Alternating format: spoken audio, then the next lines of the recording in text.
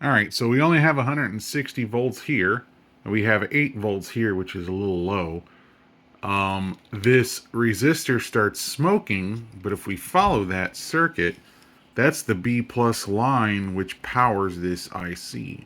Now, what I've discovered is this IC, if I measure the B plus for the IC itself, it's shorted. That IC is shorted internally.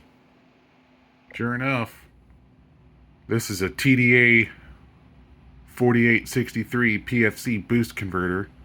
Removed the IC completely out of the circuit, and it was a pain to get out, so I ended up breaking it out of there because I knew it was bad anyways.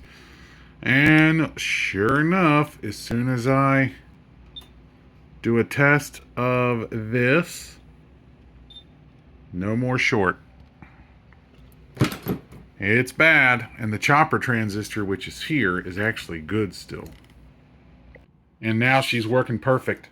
Got the new chip installed on the boost converter. We're running about 14.2 volts on the primary VCC, running about 350 on the secondary, which is normal.